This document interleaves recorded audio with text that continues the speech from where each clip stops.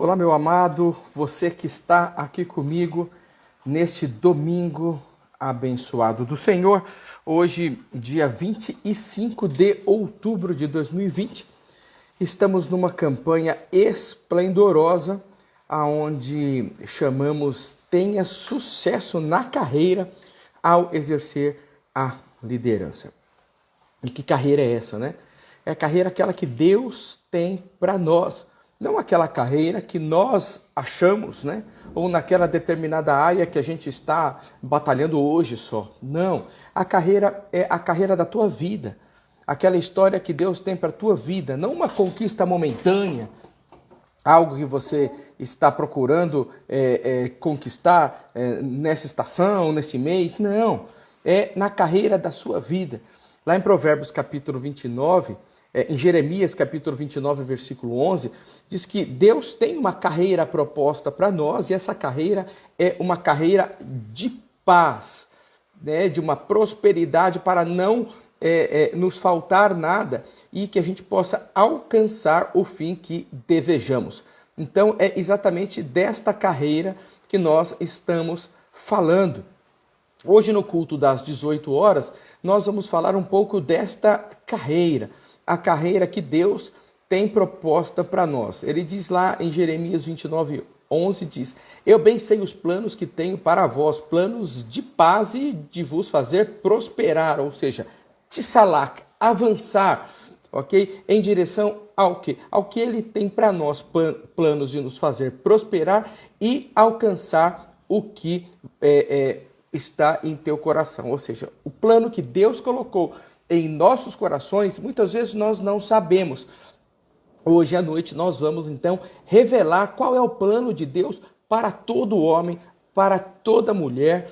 É esse plano que é o principal. E é claro que no caminho deste proposto por Deus, este caminho de sucesso, em todo este caminho há um rio cujas correntes alegram a cidade de Deus, e ao lado deste rio não vai faltar nem coisa pequena, nem coisa grande. Há um caminho a percorrer e neste caminho o Senhor já colocou em cada etapa da sua vida o que você necessita. E estamos nesta campanha de 21 dias de jejum e oração para exatamente alcançarmos o sucesso na carreira. E a base da nossa campanha está o quê? Relacionado com a vida de José. José que teve uma carreira de sucesso, mas para isso ele precisou ser vendido como escravo, ele precisou ser escravo no Egito. E por este motivo, lá no Egito, ele prosperou e no Egito se cumpriu a promessa, o sonho de Deus para a sua vida e se revela então o governo. Ele foi o príncipe do Egito, o segundo homem do Egito. Saiu então da escravidão para o final, o que Deus tinha colocado no seu coração lá naquele sonho quando ele era ainda menino. Então você, menino, não despreze o sonho que Deus colocou no seu coração. Aí você que tem 10, 11, 12, 13, 14... 15, 16, 17, 18, 19, 20. Não despreze, até você que tenha 40 anos, se lembre do sonho, do propósito que Deus colocou em seu coração. Ele é fiel e justo para cumprir todo esse propósito. E a cada dia nós estamos ministrando, estamos falando aqui pelo Instagram, pelo Facebook, pelo YouTube, uma das características deste caminho de sucesso que tem muito a ver com as nossas ações. Falamos no dia 1º sobre ser diligente na obra que é proposto para nós. Então, tudo que é proposto a você, você precisa fazer com rapidez, com fluidez, não prevaricando, não deixando para amanhã, não fazendo com parcimônia, mas sim entregando todas as suas energias. No segundo dia, falamos que devemos fazer com firmeza, com vigor, tudo que é colocado em nossas mãos. Fazer tudo conforme a força que temos. com toda a força que temos. Depois nós ministramos sobre estar preparado para as oportunidades, porque a oportunidade vai aparecer. E quando a oportunidade aparecer, você precisa estar pronto. Então, a necessidade de você estar se preparando tanto em conhecimento da sua área, do seu dom, aperfeiçoamento do seu dom, como principalmente em sabedoria. Sabedoria você adquire, número 1, pedindo a Deus. E número 2, você lendo as Escrituras, lendo, por exemplo, o livro de Provérbios. Você se torna uma pessoa sábia. E uma pessoa sábia é uma pessoa preparada para aquela obra que o Senhor assim o desenhou para você o ser. Depois, no dia 4, nós falamos sobre ser convincente no que realiza. O teu trabalho precisa convencer teu patrão, convencer a liderança que está sobre você, ou seja, o teu fruto precisa demonstrar quem você é. E aí, desta maneira, você é colocado em lugares, em posições maiores. Vai ser dado e distribuído a você coisas maiores. Número 5, nós falamos sobre afiar o machado. Menor desgaste e maior resultado. Precisamos afiar o machado com o quê? Com sabedoria. Nós precisamos ter mais sabedoria. E, como já falamos, lendo a palavra de Deus, também se aperfeiçoando, né? Afiando o machado, com conhecimento, exercitando os seus dons. Sabe que os seus músculos, se você não exercitá-lo, ele vai ficando cada vez mais fraco, porque o tempo vai passando. E quanto mais o tempo vai passando, mais você precisa exercitá-lo para que você não define. Então é muito melhor você afiar o machado, você se preparar para ser melhor amanhã do que você é hoje, em todas as áreas da sua vida, para que você possa fazer menos esforço e ter mais resultado. Também falamos ontem sobre ter fé, graça, descanso e milagres. E citamos aqui que o importante é como que você vai receber o milagre do Senhor Jesus, essa unção Tissalak, que não tem a ver somente com o teu trabalho, com a força do teu braço, com o teu conhecimento ou a tua sabedoria. Tem a ver com a bênção de Deus sobre a tua vida, tem a ver com a mão do Senhor aonde você colocar a sua mão. É o que ministramos ontem. E isso vem também através do descanso, não é só trabalho. Deus fez um dia para nós descansarmos. E a palavra de Deus em Isaías 58, versículos 13 e 14, diz que quando descansamos, demonstramos a fé que temos em Deus.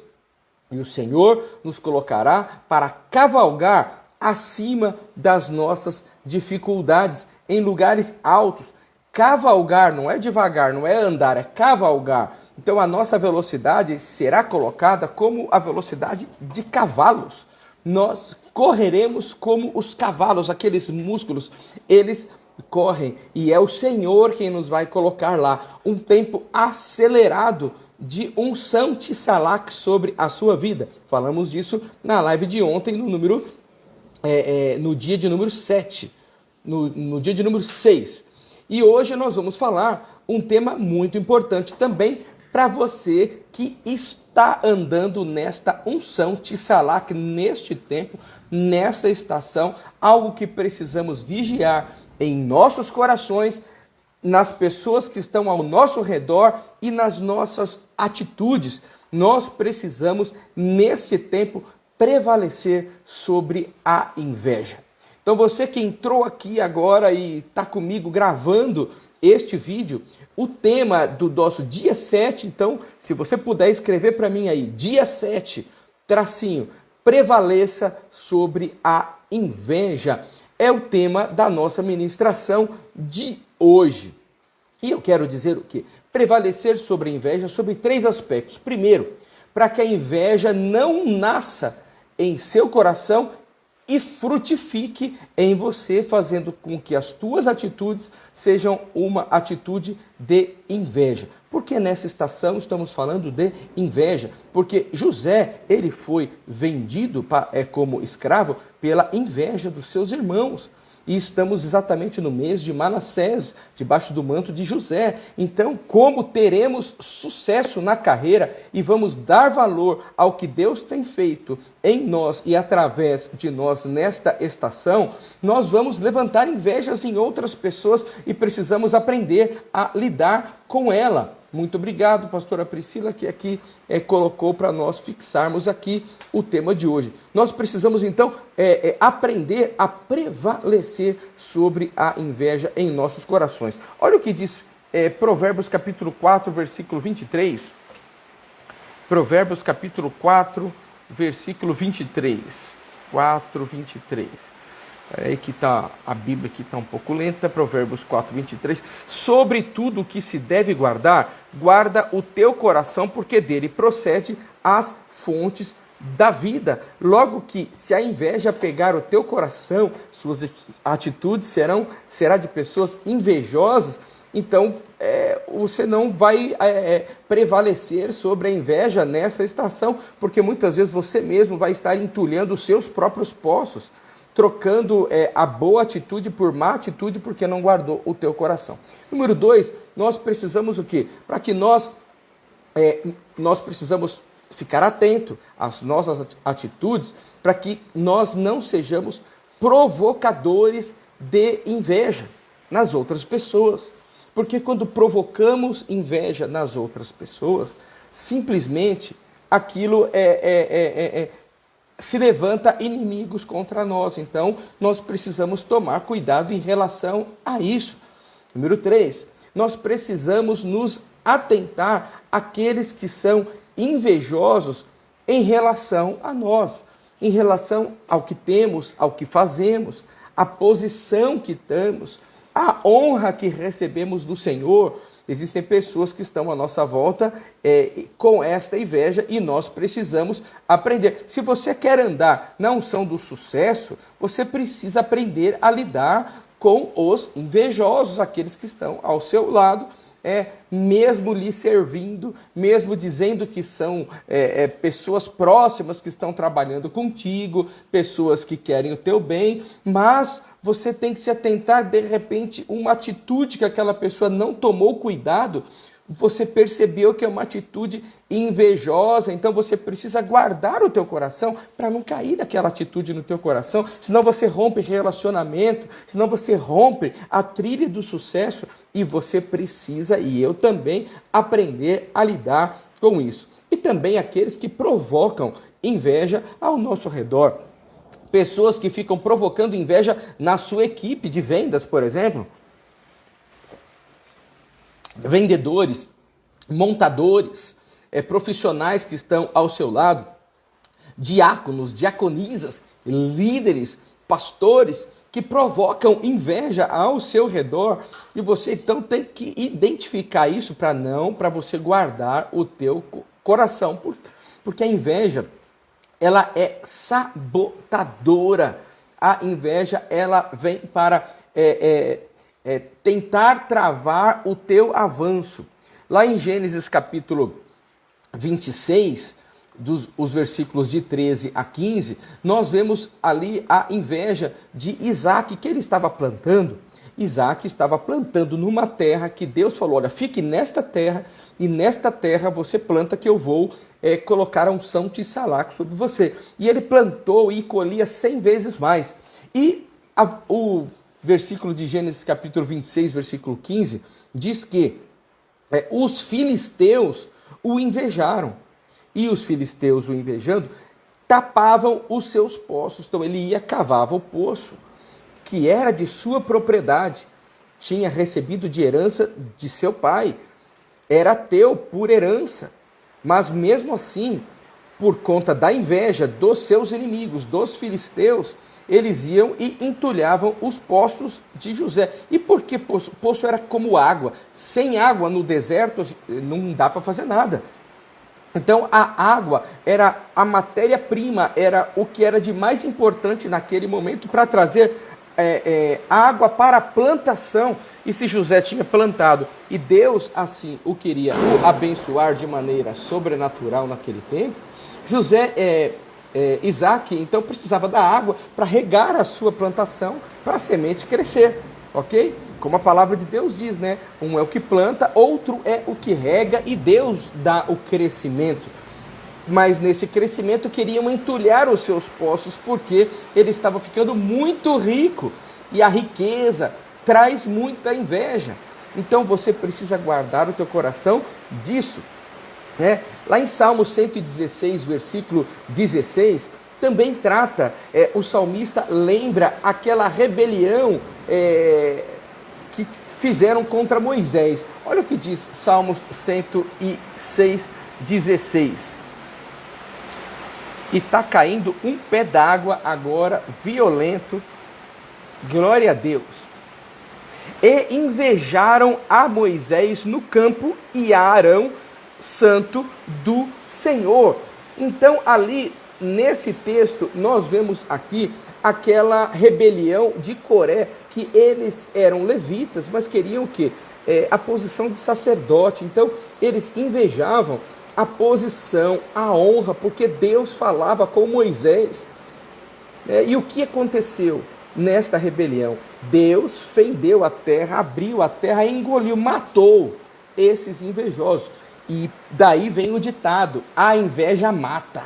Então, a inveja mata o teu sonho. Deus tem uma história para você, uma história para mim, que nós não olhemos para a história dos outros, para a conquista dos outros, e deixemos cair esta inveja nos nossos corações. Que possamos nos alegrar e pedir a Deus: Deus, sonda o meu coração, vê se há algum caminho mau e livra-me deste caminho invejoso.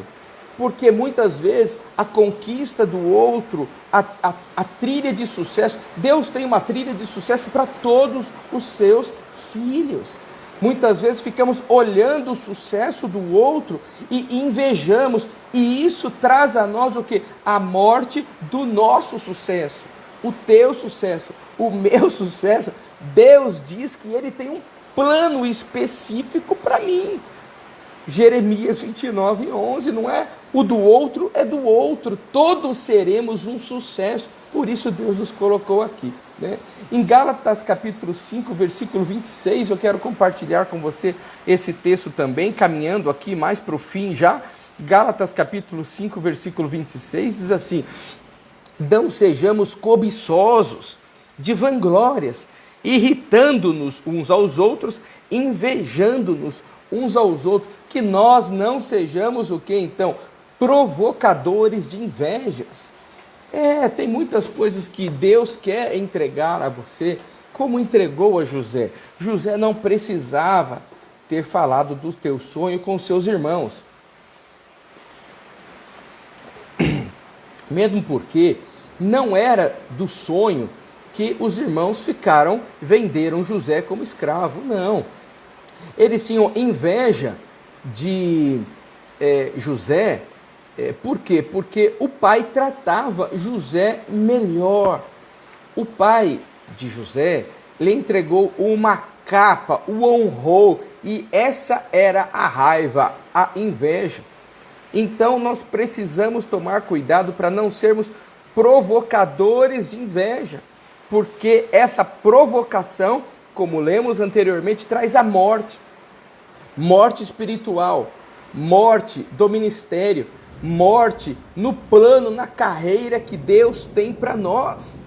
Então preste atenção na tua carreira. Não olhe como teu pai trata o teu irmão, ou como uma liderança trata uma outra pessoa. Olhe como esta liderança trata você, o como você é especial. Deus tem um trato para cada um de nós da maneira que nós somos, porque Ele nos criou desta maneira.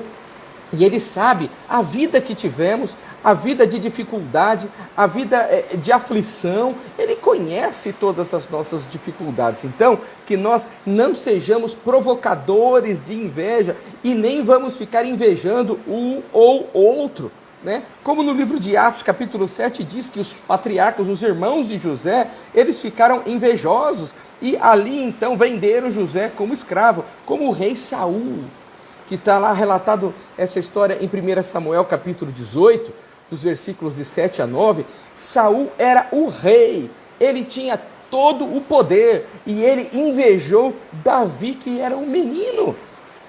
Então não é somente as pessoas que estão nos patamares de baixo que vão invejar quem está num patamar mais acima, não. As pessoas também que estão num patamar mais elevado olham para pessoas que vêm subindo em sua carreira e invejam. Então precisamos sondar esses nossos corações, porque a inveja de Saul foi o que o destruiu. A inveja do rei em relação a um menino foi o que destruiu. Quando começaram a cantar, né, que Saul matava 1000, mas Davi ele matava milhares. Então caiu esta inveja em seu coração e ele começou a provocar o menino Davi, e isso levou ele à sua própria destruição. Então precisamos tomar muito cuidado nessa estação com isso. Lá em Marcos capítulo 15, nós vemos também o que os sacerdotes da época de Jesus invejaram as multidões que estavam indo atrás de Jesus. E por conta disso, eles manipularam os judeus para matar Jesus. Então, a inveja não é algo novo. A inveja ela já está lá desde Abel e Caim. Lembra quando Abel ofereceu uma oferta ao Senhor e Caim também, mas Deus aceitou a de Abel, então a inveja tomou conta do coração de Caim e Caim matou Abel. Você sabe muito bem disso. Então, nós temos que pegar Efésios capítulo 5, que diz assim: não ande como nécios, como pessoas novas na fé, que não têm conhecimento, não são maduras, mas ande como sábios, aprendendo a discernir o que é bom e do que é mal, não do outro, do teu coração. Então vamos ver a perspectiva da inveja nos nossos corações, ok? Em relação às pessoas que estão ao nosso redor, aqueles que estão subindo na sua carreira agora, em relação àqueles que já estão numa carreira acima da nossa. Vamos sondar o nosso coração e fazer como Davi: Senhor, Tu conheces o meu coração e o meu caminho. Então, se há algum caminho mau, livra-me dele.